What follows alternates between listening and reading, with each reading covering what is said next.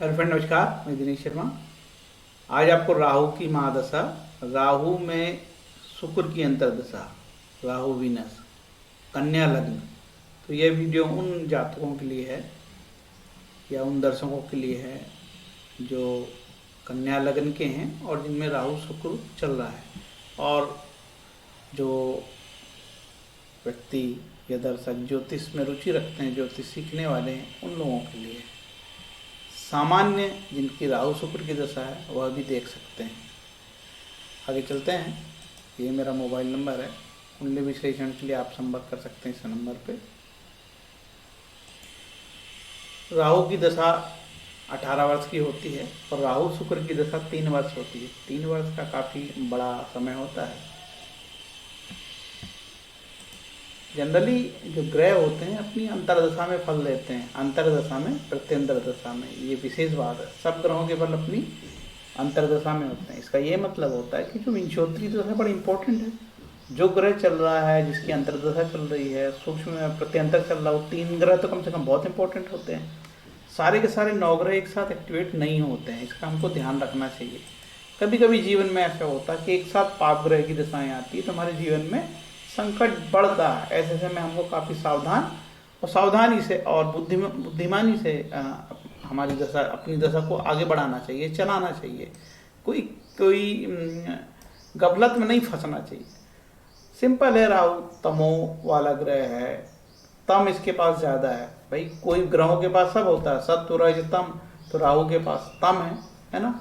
इसीलिए बहुत नेगेटिविटी से भरा प्लानेट है। CBI, ED, Lokayukta, vigilance, FERA, FEMA, FLA, कई प्रकार के उलझाने वाले कार्यकर्ता इसमें हैं, जैसे prevention of corruption act, departmental inquiry, income tax, छापा जब्ती, seizure, poison conspiracy, suicide attempt, फांसी लगना। भाई बहुत सारी चीज़ें, एंटी करप्शन वाले मामले में जहाँ तक उलझ जाए। इन्फोर्समेंट डायरेक्टरेट, भारत सरकार आजकल ये डिपार्टमेंट का खूब यूज़ कर रही है, आप देख ही रहे हो, है ना। और धड़ल्ले से यूज़ हो रहा है अपने विरोधियों के लिए, क्योंकि इतने कानून है इस देश में। यदि आप किसी को पकड़ लो तो छूटेगा नहीं, कहीं ना कहीं किसी न किसी दायरे में आ ही जाएगा, क्योंकि ज़्यादा कानून बन जाने से आदमी उलझन में आता ही है। ठीक है, तो ये सब जीवन में घटनाएं होती है, खासकर जो धन संपन्न लोग हैं उन लोगों के साथ, और जो गरीब व्यक्ति है वो भी कई बार मुसीबत में आ जाता है अनेक कारणों से। ठीक है, तो हमने राहु पर अभी बात करी है। राहु के कारक तो काफ़ी, और ये राहु का गोचर है, राहु के विशेष कोई बात है। राहु चंद्र की युति मानसिक परेशानी है। राहु गंगा स्नान कराता है। 8वां राहु चंद्रमा शनि आदि के साथ हो तो काफ़ी मानसिक परेशानी देता है। संतानहीनता के मामले भी राहु साफ योग से होते हैं कई बार पंचम भाव में।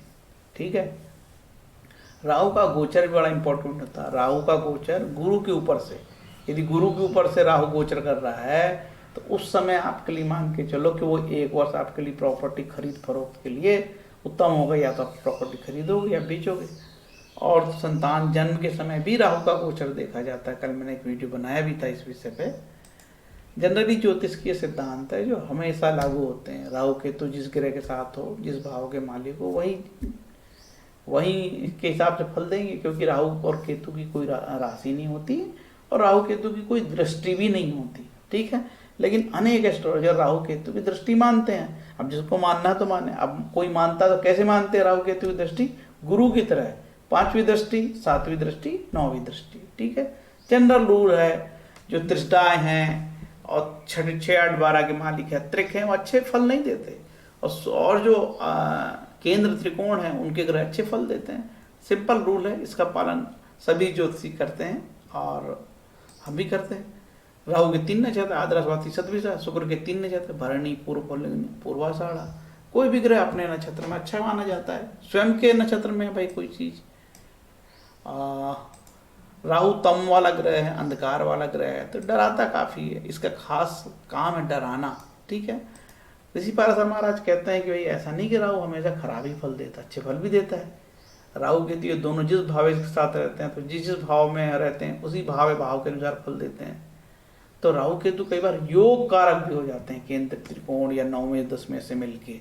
ठीक है, तो हमेशा हमको नेगेटिव बात एस्ट्रोलॉजर को नहीं करना चाहिए, कोशिश करना चाहिए कि पॉजिटिव बात करें। देखिए, राहु केतु की किस राशि में उच्च का होगा, किस में नीच का होगा, इसमें बड़े भेद है और मतभेद है, अलग अलग बात है। लघु पारसरी सिद्धांत मेजर खोज में तो ये बड़ा चार्ट तालिका ही दे दिया। कोई कहता है कि साहब जो है ना मिथुन में उच्च का होगा, कोई कहता नहीं वृषभ में उच्च का होगा। वैसे ही नीच में भी अलग अलग बात है।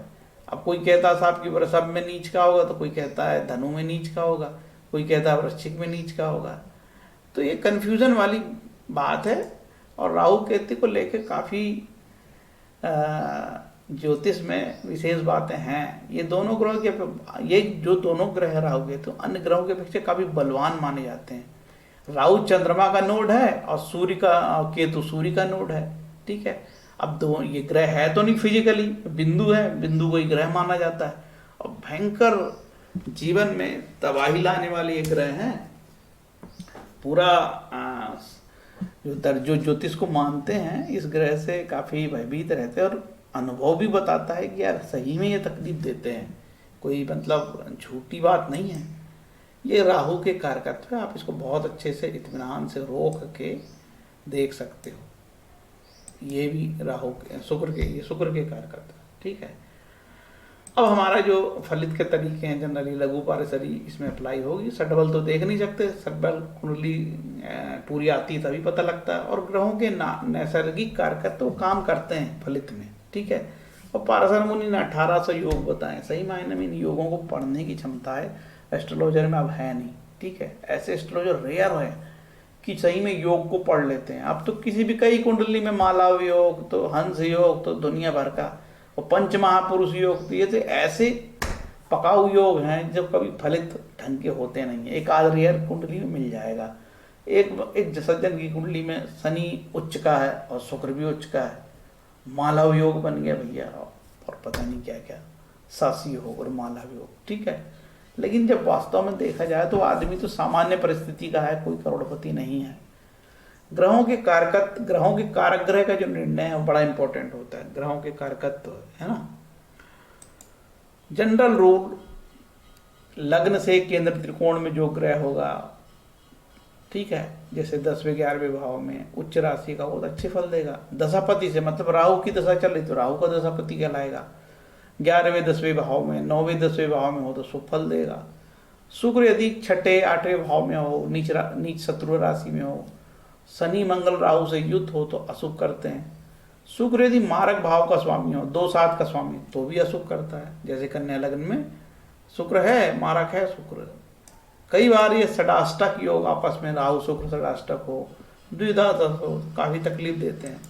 और यदि नवम पंचम हो, एक साथ हो, 3-11, तो उतनी समस्या नहीं है। अब देखो, शुक्र यदि शत्रु राशि धनु कर्क में हो, तकलीफ दे। शुक्र के जो 7 शत्रु ग्रह हैं, सूर्य और चंद्रमा, ठीक है, ऐसी स्थिति में काफी ग्रह अपने फलों में कमी करता है। भावार्थ रत्नाकर स्पेशल बात कहती है, शुक्र 6ठे भाव में स्थित हो तो योगप्रद, जितना कि वो 12 भाव में स्थित होता है। तो शुक्र को 6ठे और 12वें में बहुत नेगेटिव नहीं बताया, बल्कि पॉजिटिव बताया भावार्थ रत्नाकर ने। तो ये सब चीजें जो बेसिक सिद्धांत है ज्योतिष के कि 6, 8, 12 में खराब फल देते हैं, उसके उलट बात भावार्थ रत्नाकर कहता है। तो ये सारी चीजें हमने आपको इन्फॉर्मेशन के लिए बताई है। जिसी सज्जन का यदि शुक्र 6ठा हो 12वां हो तो ज़्यादा डरने की जरूरत नहीं है, उसको ध्यान देना चाहिए कि फलित किस प्रकार से आ रहे हैं। अब राहु के बारे में लिखा है कि राहु 10वें स्थान पे, एकादश में, चतुर्थ पंचम में योगप्रद होता है। ये बात कहने के लिए, सिद्धांत के लिए तो अच्छी है, लेकिन व्यवहार में ऐसा नहीं है। राहु की दिशा चलती है तो बड़े तकलीफदेह परिणाम होते हैं। अब यहाँ पे हमको देखना है कि ग्रहों के शुभत्व के बारे में। नैसर्गिक शुभ, जैसे शुक्र नैसर्गिक शुभ है, लेकिन हम कन्या लग्न में देखेंगे कि ये मार्केस बन जाता है, मार्केस से अशुभ बन जाता है। जैसे कि पंचमेश होके शनि शुभ है, पंचमेश होके शनि शुभ है, लेकिन षष्ठेश होके खराब है। लेकिन शनि पंचमेश होके शुभ होने पे भी नैसर्गिक रूप से वो अशुभ और क्रूर ग्रह कहलाता है, क्योंकि वो शनि जनरली नैसर्गिक क्रूर कहलाता है। ठीक है, इनका भी हम लोग पालन करेंगे। और नवमेश दशमेश होने की स्थिति में शनि विशेष फल देता है, अच्छे फल देता है। ऐसे बहुत सारे सिद्धांत हम यहाँ पे जितना हमसे बन पड़ता है वो देखेंगे। कुछ विशेष बात है, जैसे कि एक ग्रह 2 राशि के फल देते हैं। जैसे कि इसी में हम देखेंगे राहु में शुक्र चल रहा है, तो शुक्र इस कुंडली में सप्तमेश भी है, धनेश भी है और नवमेश भी है, तो नवमेश होके शुभ है और धनेश होके न्यूट्रल है और वो मार्केश भी हो जाता है, इसलिए अशुभ भी हो जाता है। ठीक, अब हम यहाँ पे खास बात यह है, अब हम यहाँ पे इस कुंडली का विश्लेषण करने जा रहे हैं। ये विश्लेषण बताता है कि भाई इस कुंडली में, कन्या लग्न की कुंडली में लग्नेश होके बुध शुभ है, लेकिन इसकी एक राशि दशम भाव में है, तो शुभ ग्रह जो होते हैं दशमेश होके केंद्र के होके अशुभ फल देते हैं। ये लघु पारसरी का रूल है। और बुध को केंद्र का दोष भी लगेगा, ठीक है, लेकिन जनरल रूल है लग्नेश को कोई दोष नहीं लगता। ठीक, दशमेश होके वो त्रिकोण है, केंद्र है और शुभत्व वाला केंद्र है ये। ठीक है, केंद्रों में भी सबसे ज़्यादा शुभ इसी को माना जाता है। ठीक, लेकिन केंद्र का दोष लगता है, तो जनरल ये मानेंगे कि हम लग्नेश होने से उसके ये दोष बच गए हैं। ठीक, आप पूछोगे कि हाँ इसके रत्न के बारे में फिर आगे बताएंगे। अभी मार्केश भी है, धनेश। आप बड़े लोग बोलते हैं कि धनेश हो गया साहब, धनेश, अरे धनेश हो गया मार्केश कैसा? अरे कोई धनेश फनेश नहीं है, समझिए। धन देगा जब देना हो, पहले तो मार्केश हो जाता है। ठीक है, मार्केश हो गया, इसका एक भाव सबसे उत्तम कुंडली में सबसे अच्छा ग्रह तो कोई है शुक्र इसमें, कन्या लग्न में, लेकिन वो मार्केश हो गया, दोष हो गया ना, ये दोषी हो गए। जैसे ये लग्नेश है लेकिन केंद्रेश हो गया, केंद्र त्रिकोण योग, यहाँ केंद्र की राशि में आगे दो राशि, तो त्रिकोण का भी योग, केंद्र का भी दोष लग गया। तो देखो इसमें लग्नेश भी दोषी हो गया और ये भी दोषी हो गया।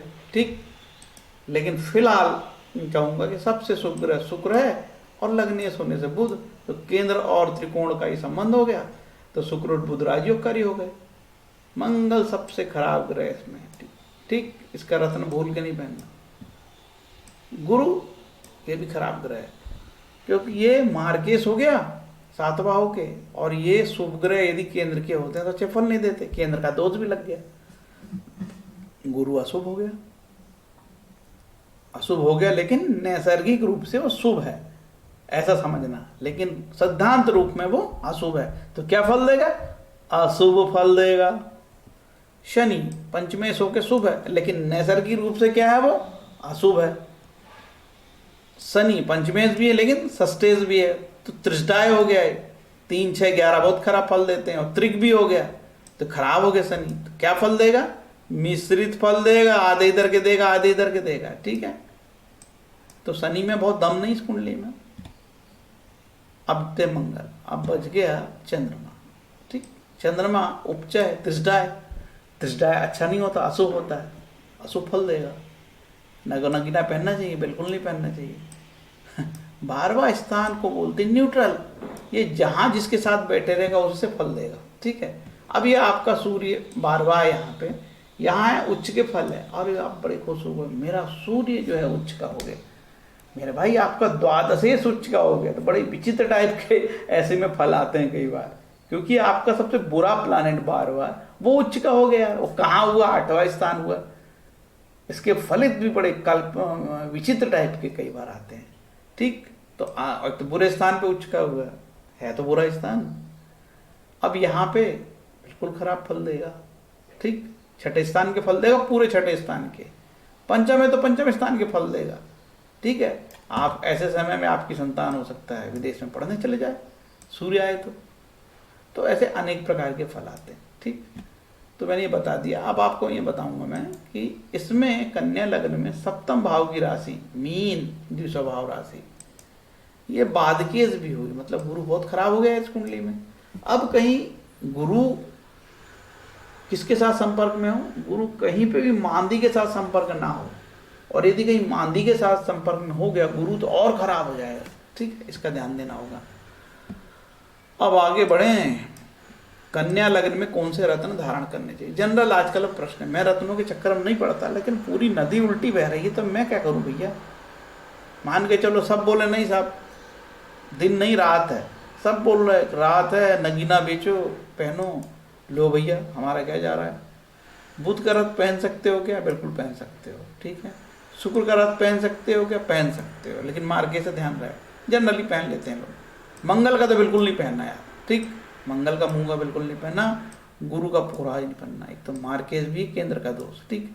शनि का रत्न भी नहीं पहनना, ठीक। अब बच गया चंद्रमा उच्च है, त्रिटाय का रत्न पहनने से तो बुराई और आगे बढ़ेगी। और सूर्य के रत्न जो है माणिक के बिल्कुल नहीं पहनना, ठीक। क्या पहन सकते हो? हीरा पहन सकते हो, जरूरत हो तो। बुध पहन सकते हो, बुध का रत्न, बस दो ही बताया।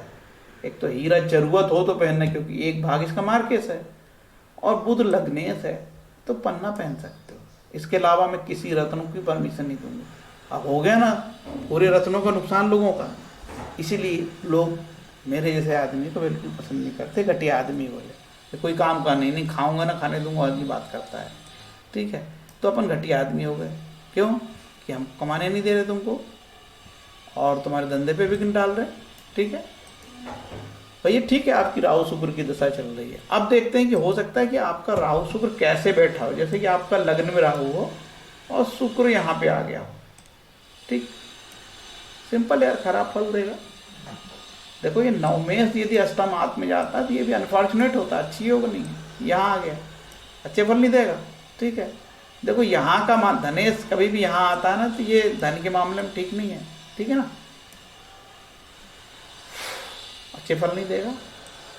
और जैसे यहाँ आ गया, निश्चित रूप से बार बार यहाँ आ गया, कोई अच्छे स्थान पे नहीं गया, अच्छे फल नहीं देगा।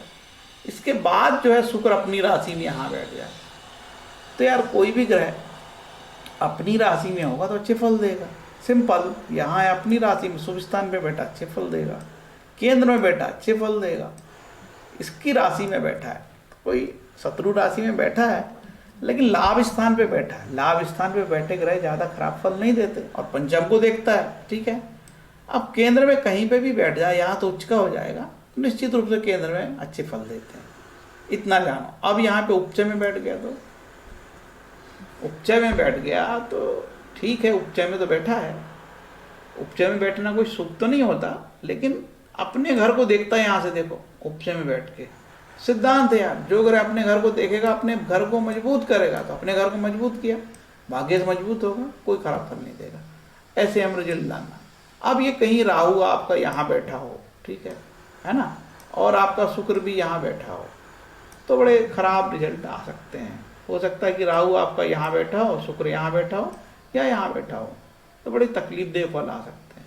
हो सकता है कि आपका शुक्र यहाँ बैठा हो, राहु यहाँ बैठा हो, राहु यहाँ, सब षडाष्ट, ऐसे खराब फल आते हैं। कई बार षडाष्टक बन जाते हैं। यहाँ से देखो षडाष्टक बन गया, राहु शुक्र षडाष्टक ना। और जैसे कि शुक्र यहाँ हो और राहु यहाँ हो, ये भी षडाष्टक बन गया। चलो आपका शुक्र यहाँ हो और राहु रहेगा, जहाँ पे भी ऐसी पोजीशन बने आपस में 6-8, वो नुकसानदेह पोजीशन हो सकती है, ठीक है। इस तरीके से समझते। चलो कोई बात नहीं, आपकी चल रही है सब। अभी उपाय बताता हूँ सरल, बिना पैसे के। राहु के लिए ओम राम राहवे नमः, ओम शुम शुक्राय नमः, इसका जाप कर सकते हो आप। इस सबसे अच्छा तो ये बीज मंत्र ले लो यार शुक्र का, ओम द्राम द्रीम द्रौ स शुक्राय नमः, माला लेके जपो यार। ओम भ्राम भ्रीम भ्रौ स रावे नमः, कितना जपना? 18,000। और कितना जपना? 16,000। अब बोलोगे साहब कि अब भयंकर डरावना माहौल है कि साहब तुमने माला जपे लेकिन तुमको दशांश हवन कराना पड़ेगा। अभी नहीं करा रहे तो कौन सा राहु दौड़ा रहा है कि शुक्र दौड़ा रहा है? ईश्वर का नाम लो तो लाभ होगा। ऋषि पाराशर ने बोले ग्रहों के ऑर्डर है, भगवान ब्रह्मा ने ग्रह को आदेश दिया है कि जो तुम्हारे मंत्र पड़ेगा उनका कल्याण करना है। अब गरीब आदमी यार नहीं माला कराए, माला कर ली और नहीं हवन कराए तो ये ग्रह कोई दौड़ाएंगे नहीं तुमको। दिमाग का फितूर है यार। और तो और बेंगलोर में जाओ तो ये ऐसे मंत्र जपाने के लिए 50,000 तो 60,000 तो 80,000। जैसे बड़े लोगों के पास पैसा रहता है ना बेचारे, अब वो सच्चा में तो दे देते हैं। सबसे अच्छा राहु कवच कर लो यार, काय कुछ करना पड़ रहा है? नहीं मंत्र नहीं जपना, राहु कवच कर लो। ये राहु स्त्रोतम है, देखो राहु की प्रार्थना करना है। पूरा वेद तो प्रार्थना में है यार, पूरा वेद प्रार्थना में है, ठीक है। पूरा तो उसमें कर्मकांड है वेदों में, सब प्रार्थना भगवान की प्रार्थना ही है। शुक्र का स्त्रोतम कर लो, ग्रह शांति और लो, शुक्र का कवच कर लो, सब मार्केट में मिलते हैं यही है ना। देखो जनरली ऋषि पाराशर ने बोला है कि राहु शुक्र चले तो दुर्गा लक्ष्मी जपम कुर्यात तत्सुखम वायुपनाथ। शांति के लिए दुर्गा लक्ष्मी जी की पूजा पाठ करे तो सुख शांति प्राप्त होगी। कनकधारा स्त्रोत का पाठ करो धन के लिए, लक्ष्मी, तो आपका शुक्र शांत हो जाएगा यदि बिगड़ा भी होगा तो राहु के लिए दुर्गा की पूजा, राहु का दान, ठीक है। और राहु के लिए कई बार बोलते हैं कि गोमेज जैसा जिरकोन रत्न पहनना चाहिए, ठीक है। आपको ऐसा लगता है कि राहु अच्छे स्थान पे बैठा हो, लग्न में हो, केंद्र त्रिकोण में हो, पंचम में हो, तो धारण करें। 6, 8, 12 में हो तो धारण ना करें। वृश्चिक राशि का नीच का कहलाता राहु, तो धारण ना करें। ये राहु के दान है यार, ठीक है। मैं बिल्कुल बहुत कम समय दे रहा हूँ, आप लोग इसको देख के यूज करो। हर वीडियो में वही वही बताता हूँ, थक जाता हूँ। मेरे पिछले वीडियो में देख लेना जाके, और समय दिया हूँ, नहीं समझ में आए तो, ठीक। देखो जनरली बताया है कि 6, 8, 12 में जो ग्रह होते हैं उनके लिए रत्न धारण नहीं करना चाहिए, उनके लिए दान देना चाहिए, ठीक है। और बस इतना ही। राहु के लिए दुर्गा सप्तशती का पाठ बताया है शास्त्रों में। राहु की चले तो दुर्गा सप्तशती का पाठ, देवी कवच, देवी सुक्तम, और जैसी आपकी क्षमता करो, राहु शांत होगा। राहु मलेच्छ ग्रह है, राहु के लिए मलेच्छों को दान में दिया जाता है। सिंपल यार। देखो फल दीपिका क्या कहते हैं, अहिंसकस्य दान्तस्य धर्माजित धनस्य सर्वदा नियम स्तस्य सदा सानुग्रह ग्रहा।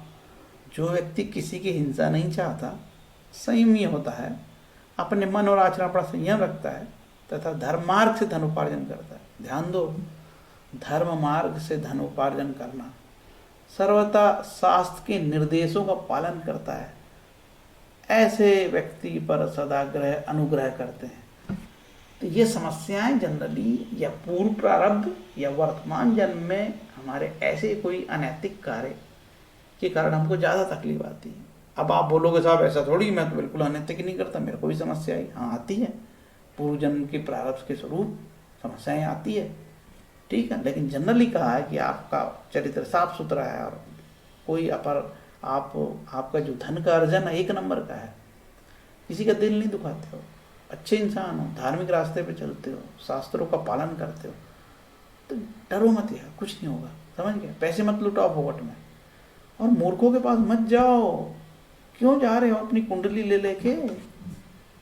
दुनिया भर की कुंडली में राहु का काल सर्प योग बताएगा, राहु से सांप योग बताएगा, विष योग बताएगा, ठीक है। और पैसे लूटेगा यार। सिंपल, श्रवणम कीर्तनम विष्णु स्मरणम पाद सेवनम अर्चनम वंदनम दास साख्य आत्मनिवेदन। जो व्यक्ति ईश्वर भक्ति करेगा तो ग्रह शांति होती है। कोई नई बात नहीं है यार। राहु का मंत्र पढ़ना है पढ़ो, दुर्गा का शुक्र का पढ़ना पढ़ो, नहीं भी तो ईश्वर भक्ति किसी रूप में करो। जैसे कि हमारे भारत में कई रूप हैं। शुद्ध भक्ति ग्रह सायम, ये एक बड़ा फेमस श्लोक है 68 से 71 तक नारद भक्ति सूत्र में। शुद्ध भक्ति से ग्रह शांति होती है और समस्त ऋण से उऋण हो जाता है। बिल्कुल काम की बात बता रहा हूँ, ठीक है। जनरली प्रोफेशनल एस्ट्रोलॉजर ऐसा नहीं बताते, तो उनका जो है आय के साधन सब बंद हो जाएंगे। हमने तो मैंने स्वयं ने अपने आय के साधन बंद कर रखे हैं, ठीक है। मेरे को ज्योतिष से ज़्यादा मतलब नहीं है, लोगों को सही सलाह मिले, ठीक है। अपनी फीस लेता हूँ, इसके बाद यार चाहे वो अरबपति हो या आम आदमी हो, उसके धन पे मेरी नियत नहीं होती। देखो दान, जप, विष्णु सहस्त्रनाम, शिव सहस्त्रनाम, महामृत्युंजय मंत्र, गुरु प्रदत्त मंत्र, स्वाध्याय, रामायण, गीता, भागवत पाठ, हनुमान चालीसा, सुंदरकांड, स्तोत्र, नारायण कवच, ललिता सहस्त्रनाम, राम रक्षा स्तोत्र, हनुमान अष्टक, बाहु, विष्णु सहस्त्रनाम, सबसे ग्रह शांति होती है, ठीक। बस आप कूल रहो। यदि आपने अपना आत्मविश्वास बनाए रखा तो लड़ जाओगे मेरे भाई, और यदि आत्मविश्वास डुलाया तो मार्केट में तो बैठे ही हैं लूटने पाटने वाले। मनुष्य अपने भाग्य का निर्माता स्वयं में, और पूरा आध्यात्म आत्मा को जानने पर है। सिंपल यार, अपने अपने काम करो, लांदे फांदे मत करो, उल्टे सीधे काम मत करो। कर्म की गति बड़ी गहन है, गीता बोलती है गहना कर्मो गति, ठीक है। और गीता कहती शरीर यात्रा बेटा, कर्म करना ही पड़ेगा, बिना कर्म करे फल पैसे नहीं मिलेंगे यार। कुछ भी हो, कितना ही कठिन रास्ता हो भैया, पेट पालने के लिए कर्म करना ही पड़ेगा। नेगेटिविटी मत रहो, एक भी वीडियो नेगेटिव मत देखो, एक भी गंदा साहित्य मत देखो। दिन भर चिल्लाने वाले जो वीडियो देख रहे हो आप, ठीक है, मीडिया में गंदे गंदे भड़काऊ, इसके खिलाफ उसके खिलाफ, बिल्कुल मत देखो। बिल्कुल मौन रहो, मुसीबत में चुपचाप रह के धैर्य के साथ नियंत्रण रख के अपने आप को ग्रहों की पीड़ा को सहन कर लो, ठीक है। और अपने टारगेट ज़्यादा बड़े मत करो, बहुत बड़े टारगेट बहुत तकलीफ देते हैं, बड़ी लक्ष्य पूर्ति की। आपकी आर्थिक स्थिति नहीं है और आपने अब पजेरो खरीदोगे, यार इनोवा खरीदना है, वो प्लाट खरीदना है, ये करना वो करना, देख लो। यदि आपकी शारीरिक क्षमता, आपकी आर्थिक क्षमता, उस योग और एक शैक्षणिक योग्यता आप में है तो आप पूरा एफर्ट करो, पूरी मेहनत करो, क्योंकि कर्म पे बहुत देता है योग वशिष्ठ कहता है कर्म करो कर्म करो कर्म करो, ठीक है। स्वामी विवेकानंद भी कहते हैं कर्म करो, ये कर्म करो कर्म करो। स्वामी विवेकानंद ने तो इतना कह दिया कि अब क्या बताऊं, पढ़ लो तो जोश हो जाएगा। उत्तिष्ठ जागृत प्राप्य वरान निबोधत, उठो जागो लक्ष्य प्राप्ति तक रुको मत। इससे बड़ा मोटिवेशन का कोई कोटेशन हो सकता है क्या? उठो जागो लक्ष्य प्राप्ति तक रुको मत, भाग्यवादी नहीं बनो यार, ठीक है। योग वशिष्ठ कहती भाग्यवादी मत बनो भैया, समझ गए ना। अपना पुरुषार्थ करो, भाग्यवादी प्रारब्धवादी मत बनो, प्रारब्ध की बातें मत करो, कर्म करो कर्म करो। गीता कहती शरीर यात्रा के लिए काम करना पड़ेगा, ये शरीर यात्रा, कर्म के बिना शरीर निर्वाह नहीं हो सकता, ठीक है। तो ये आपको मैंने सद्बुद्धि की बात कही है, ठीक है। सुप्रभात होता है शुरू में, आपने देखना उत्तिष्ठ गोविंद, उत्तिष्ठ गरुणध्वज, उत्तिष्ठ कमलाकांत, त्रैलोक्य मंगल कुरु। उठो उठो गोविंदा, उठो गरुणध्वज उठो, हे कमलवाग तीनों लोगों का भला करो। बाल गंगाधर तिलक ने उस जमाने में नारा दिए थे स्वराज मेरा जन्मसिद्ध अधिकार है, ठीक है, मैं इसे लेकर रहूंगा। तो उसी तरीके से जॉब मेरा जन्मसिद्ध अधिकार है, मैं उसे लेके रहूंगा। पेट पालना मेरा जन्मसिद्ध अधिकार है, मैं उसे लेके रहूंगा। भगवान प्राप्ति मेरा जन्मसिद्ध अधिकार है, मैं उसे लेके रहूंगा। कमिटमेंट कर लो यार। करोड़पति बनने से खुश नहीं रह सकते, ठीक है। आपको क्या लगता है देश का प्रधानमंत्री खुश है क्या? दिन भर मैनेजमेंट करता है, अरे उसको रोको उसको रोको, वो दिखा रहा है उसको रोको, अरे वो चैनल को रोको उसको निपटाओ, फेसबुक के पास जाओ उसका वीडियो डिलीट कराओ, हमारी बुराई करता। अरे इसी तरीके से उद्योगपति दिन भर लगे रहते हैं कि अपना अरे वो घाटा हो गया उसको मैनेज करो, वो सरकार अफसर सहयोग नहीं कर रहा उसका ट्रांसफर करा दो, ये पॉलिसी अपने पक्ष में बनाओ। दिन भर उद्योगपति यही करते रहते हैं। सरकार से कैसे लाभ लो, अरे ऐसा टैक्सेशन थोड़ी हो जाएगा, करो बोलो उसको ये कंडी का हटाओ, हमको बहुत नुकसान हो जाएगा। बड़े बड़े उद्योगपति ठेके में सब अपने पक्ष की जो बिड्स डलवाते हैं, शर्तें डलवाते हैं सरकार से मिलके, ये सब चलता है। पॉलिटिकल में देखो दिन भर मीडिया में एक आदमी दूसरे को गाली देता है, दूसरा तीसरे को गाली देता है, एक फर्जी खबर चलाता है, वो एक्सीडेंट मुसलमानों ने करा दिए।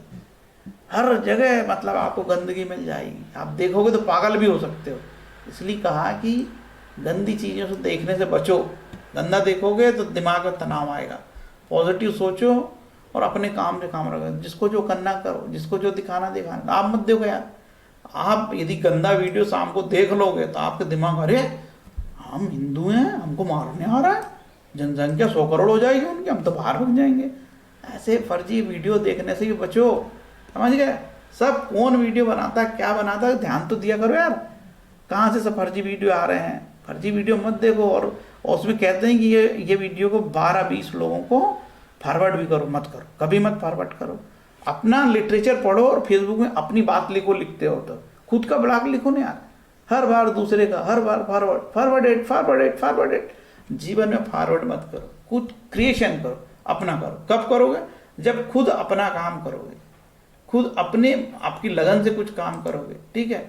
मनुष्य अपना भाग्य निर्माता आप है, आप खुद पढ़ो, अच्छा लिटरेचर पढ़ो, गाली किसी को मत दो यार। फेसबुक में गाली देने से, कमेंट गंदे करने से आपका जीवन तरक्की नहीं आएगा। आप अच्छी किताबें पढ़ लोगे तो समझ में आएगा यार ये वीडियो बनाने वाले का उद्देश्य क्या है, ये क्यों ऐसे वीडियो बनाता है डेली, ठीक है। आपको जो नफरत वाले वीडियो भेजता है उसको ब्लॉक कर दो। मेरे को भी भेजते नफरत वाले, ये हो गया जी वो हो गया जी, मैं उसको ब्लॉक कर देता, मुझे नफरती वीडियो चाहिए ही नहीं, ठीक है। तो ये भी शांत रहने के तरीके मैंने आपको बताए हैं, ठीक है। देखो साधु संत लोग कभी किसी के चक्कर में नहीं पड़ते, अपने रास्ता रखते हैं उन लोग, ओरिजिनल जो साधु संत है। हाँ पॉलिटिकल साधु संत भी हैं, उनका अलग है, वो तो गालियाँ ही देते हैं लोगों को। तो कोशिश करो कि ये लाइन धर्म की, आध्यात्म की लाइन शांति की, हम इसमें नुक्ताचीनी करेंगे तो आध्यात्मिक हानि होगी। गीता का फल दीपिका के श्लोक बता दिया। धर्म के रास्ते से काम करोगे तो ग्रह आपको कुछ नहीं करने वाले, आपका अशुभ नहीं करेंगे। ठीक है, हरे कृष्णा बोल के मैं ये वीडियो को विराम देता हूँ। उम्मीद है आपकी मेरी बातें आपको समझ में आई होगी। जीवन में उतार चढ़ाव चलते रहते हैं, ऐसे घबराओगे डरोगे तो यदि अपने मनोबल को कंट्रोल करो, मन के जीते जीते मन के हारे हार, इतनी बड़ी लाइन है यार, ये मन ही सब कुछ है। पूरी तो पूरी उपनिषद मन मन मन मन करती है, पूरा गीता मन मन मन करती है, मन ही मेन है।